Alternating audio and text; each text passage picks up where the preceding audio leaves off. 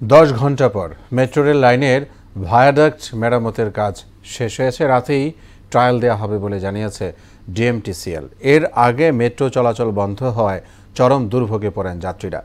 এদিকে আগামী 20 সেপ্টেম্বর থেকে শুক্রবারও মেট্রোর সেবা পাবেন রাজধানীবাসী। দিনভর মেট্রো রেল বন্ধ ও যাত্রীদের ভোগান্তির খবর জানাচ্ছেন ওবায়দুল মারুফ।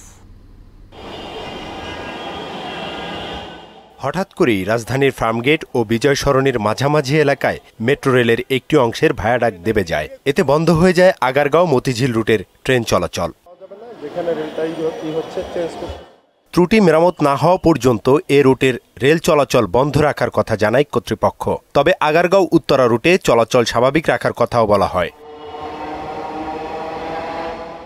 অনেক যাত্রী জানতেন না মাঝপথে রেল বন্ধের খবর, তাই নির্দিষ্ট সময়ে গন্তব্যে পৌঁছাতে না পারায় ক্ষুব্ধ প্রতিক্রিয়া জানান তারা। এটা আমার জন্য অ্যাকচুয়ালি ভোগান্তি স্বরূপ, পাশাপাশি যারা এখানে যাতায়াত করছেন তাদের কাছেও ভোগান্তি স্বরূপ আর কি। ফার্মগেটে নামার কথা ছিল, ওইখান থেকে পরে আমার বাসায় যাওয়ার কথা রিক্সা দিয়ে। তো এখন আগারগাঁও থেকে নেমে তাহলে আমার আরো বেশি অসুবিধা হয়ে গেল। গন্তব্য তো ছিল কারণ বাজার পর্যন্ত, তো সেই পর্যন্ত যাওয়া হচ্ছে না।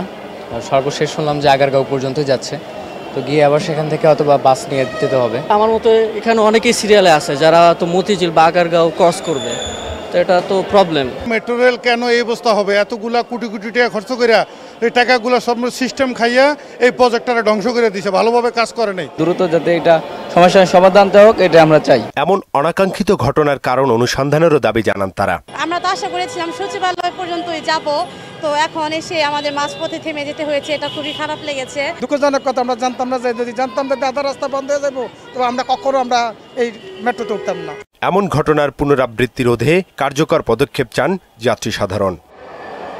যান্ত্রিক ত্রুটির কারণে আগারগাঁও থেকে মতিঝিল পর্যন্ত মেট্রো রেল চলাচল বন্ধ রয়েছে। যাত্রী সাধারণ মনে করছে সকল যান্ত্রিক ত্রুটি কাটিয়ে নির্বিচ্ছিন্ন সেবা দিতে খুব শীঘ্রই ফিরবে পূর্ণরূপে মেট্রো রেল। ওবায়দুল হক মারুফ, মোহনা সংবাদ, ঢাকা।